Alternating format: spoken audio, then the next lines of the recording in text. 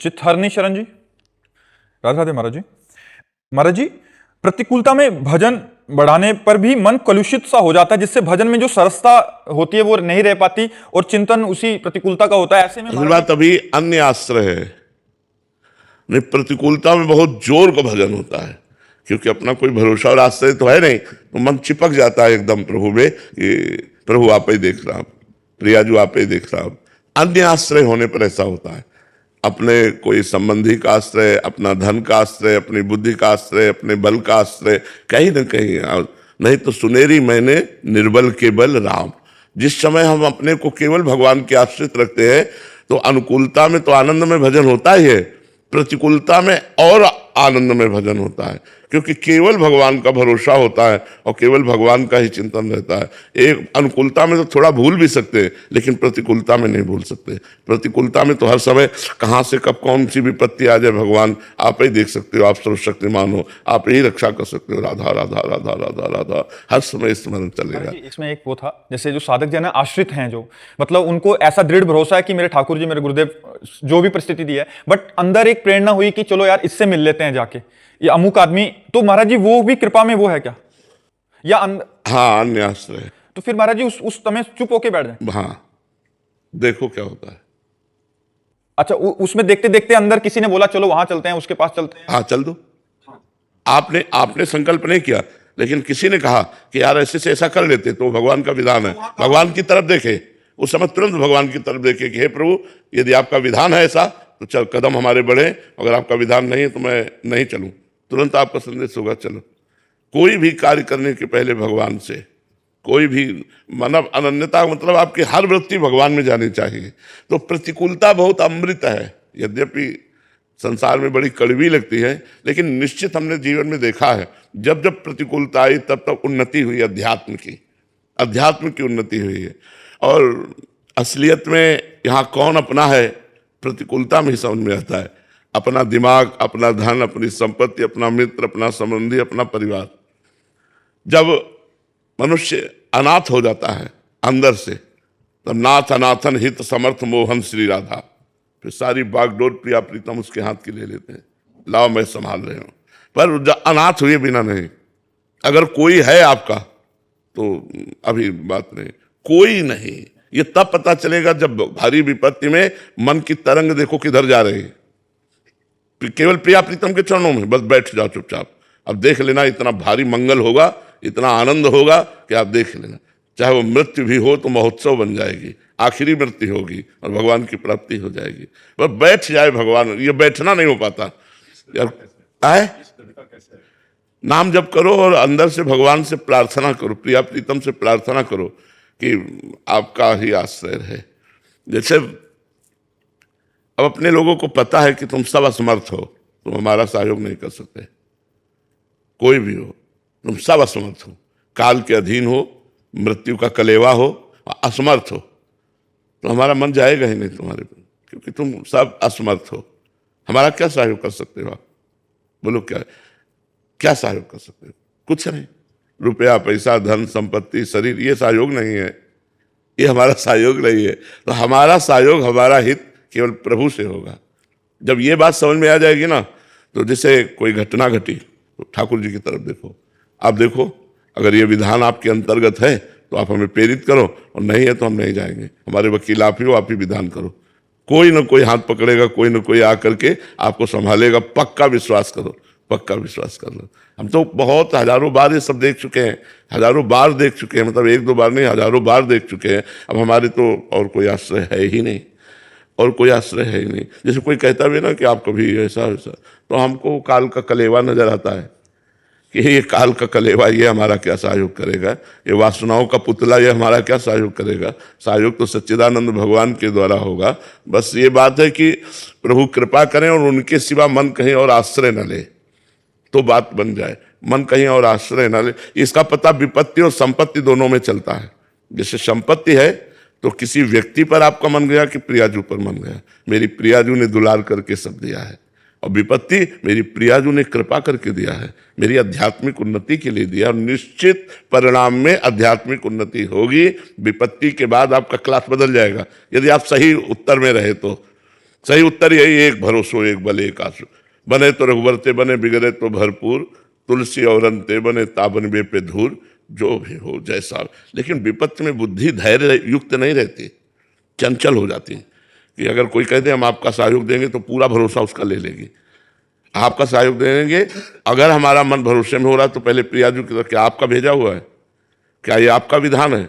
अगर अंदर आता हाँ तो फिर ठीक है, हम आपके विधान में ही, हमें आपका संदेशा लेकर आया हुआ व्यक्ति आपके ही समान है, तो हम तो मान रहे हैं कि आप ही कर रहे हो, लेकिन हमारा प्रयास उसके लिए नहीं हुआ, उसका प्रयास हमारे लिए हुआ, तो ये हम प्रभु का विधान मानेंगे।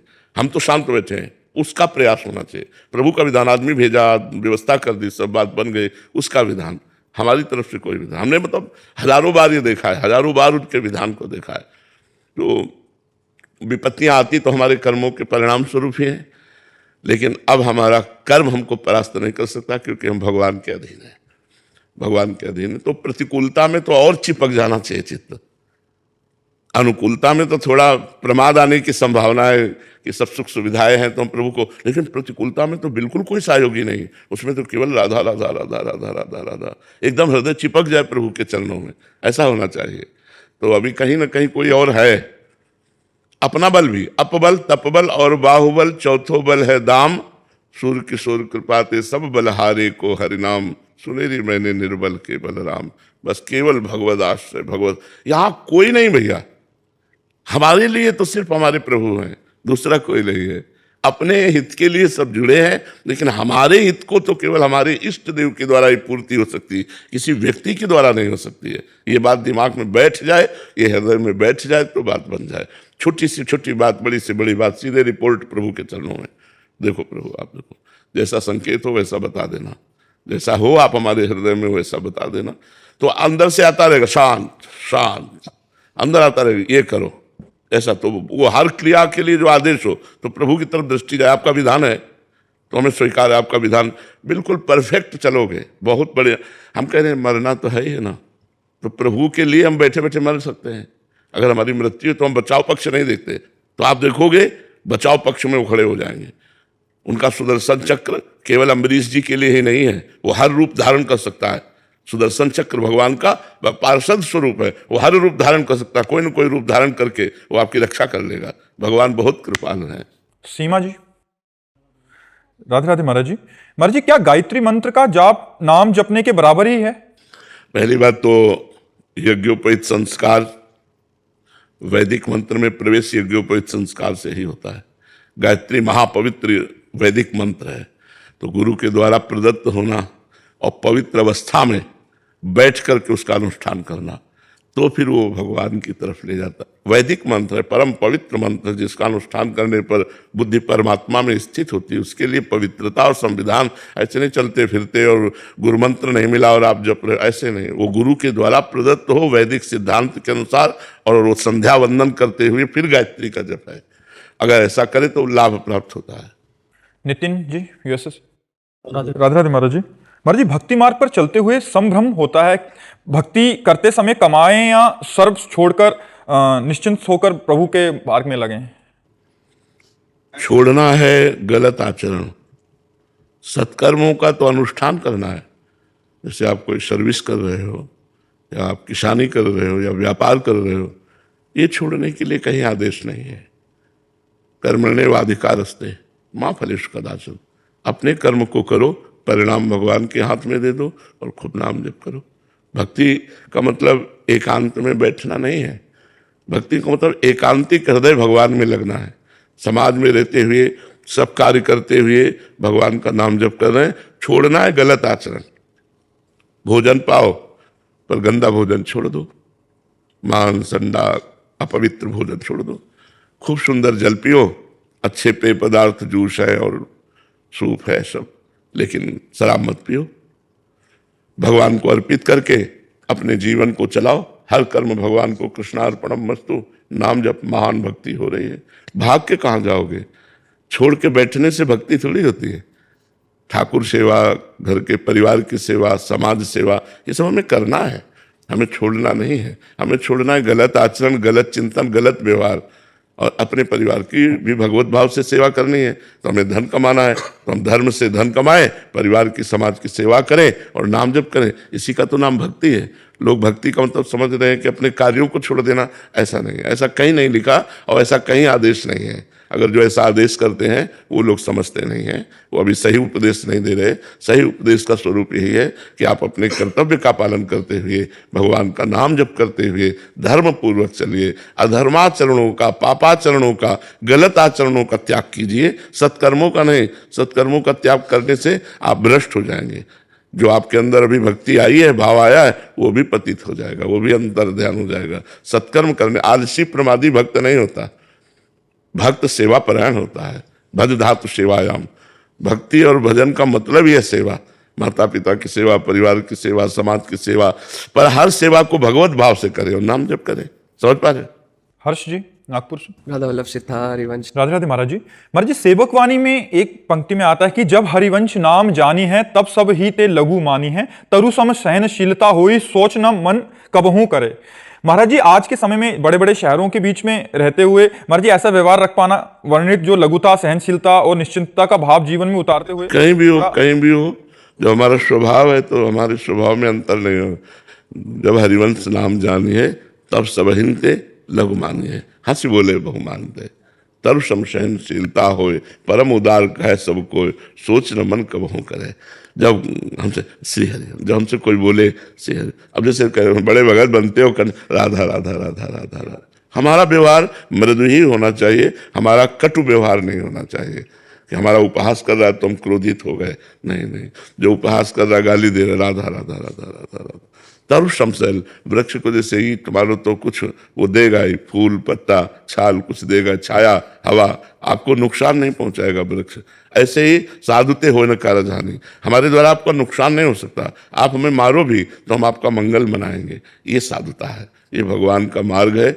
इस मार्ग में बहुत कठिनता से चला जाता है। तो यही कठिनता है कि अब हमें कोई गाली दे रहा, हम पलट के गाली नहीं दे सकते। राधा राधा राधा राधा राधा, तो आप तो निकल गए, अब उसकी जो दुर्दशा होगी, क्योंकि ऐसा थोड़ी कि आप राधा राधा करके निकल गए, वो गाली दे रहा है तो फिर ही है, उसका भी तो फल है। अब उसकी दुर्दशा होगी, अब उसको जो कर्म है आपके सताने का, वो उसको पीड़ित करेगा, ऐसी जगह फंसाएगा कि पूरी का पानी पा जाएंगे। एक अन्य प्रश्नकर्ता बोल रहे हैं कि मतलब इसको कमजोरी से समझ लिया जाता है, हमारी सरलता को, तो ऐसे में बाहरी चतुरता रखें और ऐसा नहीं, इसको कमजोरी नहीं है। बलवान पुरुष, क्षमा बलवान पुरुष करते हैं, कमजोर तो लड़ाई लड़ते हैं। बलवान थोड़ी लड़ाई लड़ता है, बलवान क्षमावान होता है। जब क्षमा किया, और ऐसा नहीं कि वो कल तुम्हें और बढ़कर गाली देगा, कल गाली देने लायक नहीं रहेगा, क्योंकि जो क्षमा है ना, ये उसको दंड देगी। तुमने तो क्षमा कर दिया, उमा क्षमा सापहुते भारी, अपने कर्म जाय अपकारी। आपने क्षमा किया, आप बच गए क्रोध से, लेकिन उसको दंड भोगना पड़ेगा, और वो ऐसी परिस्थिति में आ जाएगा कि आपसे उपहास कभी नहीं करेगा। महाराज जी, अब उनके लिए चाहे कि अब श्री जी उनके ऊपर कृपा करें, उनकी बुद्धि। हाँ, ऐसा ही भाव होना चाहिए, ऐसा ही भाव होना चाहिए। मतलब तो हर समय हमें अपने मार्ग में चलना है, और भगवान एक कसौटी कस के देखते रहते हैं कि कितनी स्थिति आई तुम्हारे अंदर। सामने वाले को भड़का दिया, अब वो गाली दे रहा है, कोई अपराध नहीं है, गाली दे रहा है। तरण से भी नीच माने खुद को। हाँ, मतलब हमारे भगवान हमको कृपा प्रसाद देकर परिपक्व कर रहे हैं। अगर हमें कोई गाली दे रहा है, हमारा अपमान कर रहा है, और हम चुपचाप सह रहे हैं, तो हमारे भगवान हम पर कृपा करके हमारे अंदर साधुता ला रहे हैं, हमारे अंदर धैर्य ला रहे हैं। ये बहुत कठिन बात है सहना।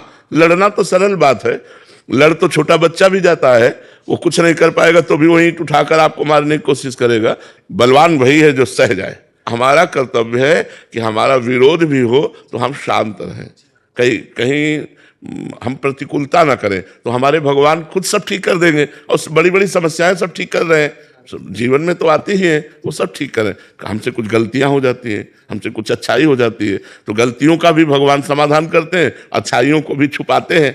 हाँ, तो उन्हीं का सारा खेल है। हम लोगों को चाहिए कि भगवान पर आश्रित रहें, श्री जी पर आश्रित रहें, और उनके द्वारा विधान जो होगा बड़ा मंगल विधान होगा। अगर हम कूदेंगे तो फिर गड़बड़ हो जाएगा। कोई हमको काना कह रहा है तो हम चुपचाप सुन ले, तो कितने लोग प्रमाणित कर देंगे नहीं काना नहीं दो आंखें हैं, कितने लोग प्रमाणित कर देंगे। तो हमको चुप रहना है, तो प्रमाण अपने आप उनके पास पहुंच जाएगा। हम शांत रहें तो अपने आप उनका मुंह बंद करने वाले बहुत लोग मिल जाएंगे। और महाराज जी, परिवार वाले भी विरोध बोले तो हाँ, तो घर में भी विरोध हो तो शांति से सहे, परिवार में बड़े बड़े भक्तों का विरोध हुआ है। पिता ने पुत्र प्रहलाद जी पर विरोध किया, देवर ने भाभी मीरा जी पर, देवर थे विक्रम राणा मीरा जी पर, भाभी ने देवर नरसिंह मेहता पर, बहुत से ऐसे परिवार, बड़े भाई ने छोटे भाई विभीषण पर विरोध किया कि नहीं। तो कई ऐसे चरित्र आते हैं जहां परिवार ही विरोध कर रहा है और भक्त विजयी हुए। महाराज जी, परिवार वाले बोले कि इस मार्ग पे नहीं चलना चाहिए, ये हाई लेवल का मार्ग है, थोड़ा अभी धीरे धीरे चलो ऐसे। हाँ, बस मान ले क्या, ठीक है, मान लेना चाहिए ना, नहीं बाहरी मान लेना चाहिए। हाँ ठीक है, आपकी बात ठीक, हमारा भजन तो अंदर का है ना, वो देख रहे हैं भगवान। और क्या, अंदर अंदर भजन करना चाहिए, जहाँ बाहरी विरोध, भजन भी बहुत बुद्धिमानी से किया जाता है।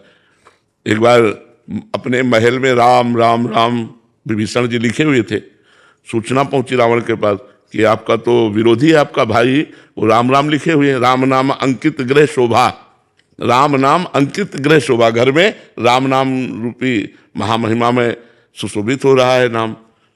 रावण बड़े क्रोध में भरकर मंदोदरी के साथ पहुंचा, मंदोदरी साथ थी उसकी विभीषण के बचाव पक्ष के लिए। रावण ने कहा तुमने हमारे दुश्मन का नाम लिख रखा है? बोले ना भैया। अरे बोले सामने दिखाई दे रहा राम और तुम कह रहे हो ना भैया। बोले भैया रात से रावण मां से मंदोदरी। रावण प्रसन्न हुआ। रामई भजते चतुर नर, चतुर वही है जो अपनी भक्ति को छुपा ले जाए। बोले राम जो लिखा हुआ है, रात से रावण और मां से मंदोदरी, आप दोनों का नाम लिखा हुआ है, हम तो आश्रित, बड़ा प्रसन्न हुआ। ठीक है कोई बात नहीं। तो भगवान का भक्त चतुर होता है, अपने आप को, अपनी भक्ति को बचाने के लिए वो बड़ी चतुरता प्रवीणता से करता है, उसमें कोई अंतर नहीं रहता। अपना चुपचाप भजन करो, जिससे परिवार का माहौल ठीक बना रहे, अपना भजन चलता रहे। लड़ाई झगड़ा भक्ति नहीं सिखाती, लड़ाई झगड़ा नहीं सिखाती, धीरे धीरे चलो। ठीक। डॉक्टर सोनू शर्मा जी, राधे राधे महाराज जी। महाराज जी, सच्ची भक्ति परिस्थिति बदलने से आती है या दृष्टि बदलने से? सच्ची भक्ति परिस्थिति बदलने से नहीं आती, उद्देश्य बदलने से आती है। हमारा जीवन कैसी भी परिस्थिति में हो, हमारा उद्देश्य यदि भगवत प्रसन्नता, भगवत प्राप्ति है, तो परिस्थिति कोई माने नहीं रखती। अगर हम सोचे कि अनुकूलता में भजन हो तो लाखों लोगों को अनुकूलता प्राप्त है और भजन परायण नहीं है। हम सोचे प्रतिकूलता में भजन हो तो करोड़ों लोगों को प्रतिकूलताएं प्राप्त है, लेकिन भजन नहीं है। अनुकूलता और प्रतिकूलता भजन में कोई महत्व नहीं रखती। उद्देश्य, यदि हमारा भजन उद्देश्य है तो अनुकूलता में दया का अनुभव करते हुए भजन करते हैं और प्रतिकूलता में कृपा का अनुभव करते हुए भजन करते हैं। हमारा उद्देश्य महान होना चाहिए। लक्ष्य ही भगवत प्राप्ति का जो बनता है, वो हृदय में ऐसी सामर्थ्य दे देता है कि हम अनुकूलता और प्रतिकूलता दोनों को रौंदते हुए समतुलता में पहुंचे। समता भगवान का स्वरूप है। अनुकूलता और प्रतिकूलता दोनों को परास्त करते हुए अनुकूलता घमंड ना लाने पावे और प्रतिकूलता विषाद ना लाने पावे, और दोनों पर विजय प्राप्त करके निरंतर भगवत स्मृति, तो हमारे लक्ष्य की पूर्ति हुई। ये उद्देश्य महान से होता है, अनुकूलता प्रतिकूलता परिस्थिति से नहीं।